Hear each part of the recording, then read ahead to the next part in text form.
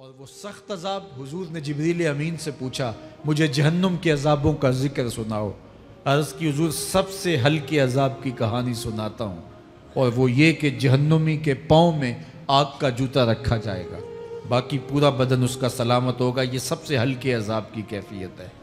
اب پاؤں میں آگ کا جوتا ہوگا، حدت، گرمی، شدت اتنی ہوگی کہ دماغ پگھل کے ناک اور کانوں کے راستے سے باہر آ جائے گا۔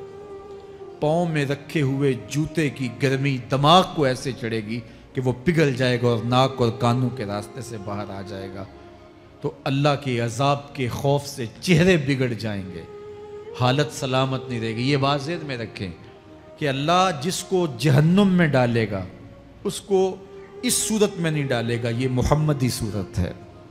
یہ شکل اس کی چھین لی جائے گی اور اس کی شکل بڑی کر دی جائے گی۔ اس کا ایک ایک دانت احد پہاڑ جتنا ہوگا۔ احد پہاڑ کا پھیلاؤ 15 کلومیٹر پہ ہے۔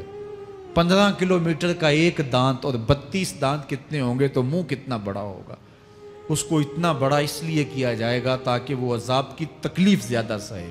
70 گز موٹی کھال ہوگی اور کھال جل جائے گی تو اللہ قرآن میں فرماتا ہے ہم نئی کھال دے دیں گے تاکہ عذاب کی تکلیف اس کو گوارا کرنی پڑے۔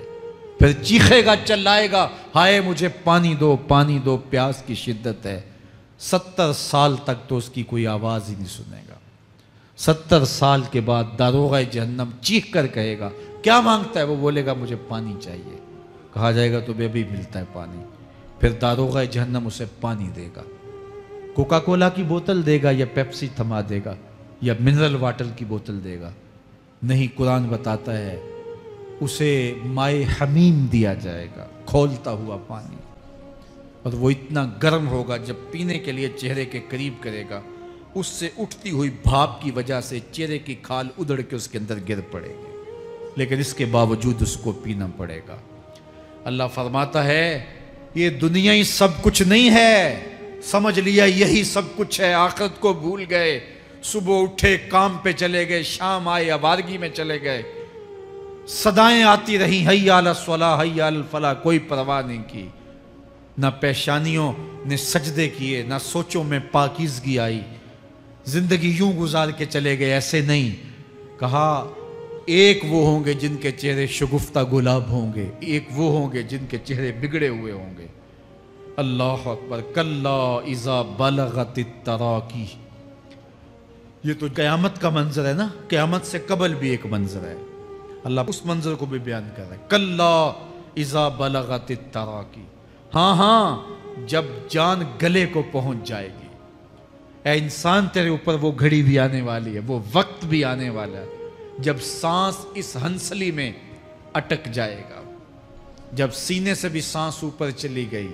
اب ڈاکٹر بھی لا علاج قرار دے رہے ہیں کہ اب علاج نہیں رہا ہے، جان بس اب نکلنا چاہ رہی ہے، اور کہا جائے گا کوئی جھاڑ پھونک والا بلاؤ۔ اب ڈاکٹروں نے تو جواب دے دیا، اب سانس اٹک گئی گلے میں، چند لمحوں کی مہمان ہے۔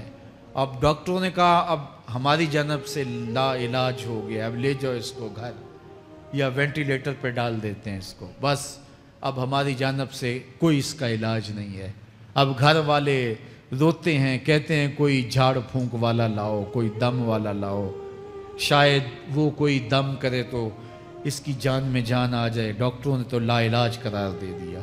وَظَنَّ عَنَّهُ الْفِرَاقُ، اللہ فرماتا ہے یہ تو جھاڑ پھونک والے کو ڈھونڈ رہے ہیں، لیکن جس کی سانس یہاں اٹکی ہے وہ سمجھ گیا ہے اب موت آ گئی ہے، اس کو یقین ہو گیا ہے کہ اب موت کے لمحے آ گئے ہیں، اب میں بچ نہیں پاؤں گا۔ اب آنکھیں تاڑے لگی ہوئی ہیں۔ وَالْتَفَّتِ السَّاقُ بِالسَّاقِ، پنڈلی پہ پنڈلی چڑھ رہی ہے۔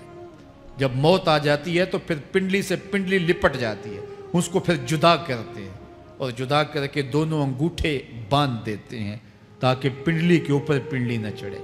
اللہ وہ منظر بیان کرتا ہے صاحب یہ وقت آنے والا ہے جب دونوں انگوٹھے باندھ دیے جائیں گے، جب ناک میں روئی ٹھونس دی جائے گی، جب چٹے لباس میں کفن دیا جائے گا، جب غسال کے سامنے بے بس پڑے ہوں گے، وہ چاہے یہ بازو اٹھائے چاہے یہ بازو اٹھائے، گرم پانی ڈالے یا سرد پانی ڈالے، جب بس پڑے ہوئے ہوں گے جو ہے وہ غسل دینے والوں کے، اور ناک میں روئی ہوگی اور دونوں انگوٹھے آپس میں بندھے ہوں گے۔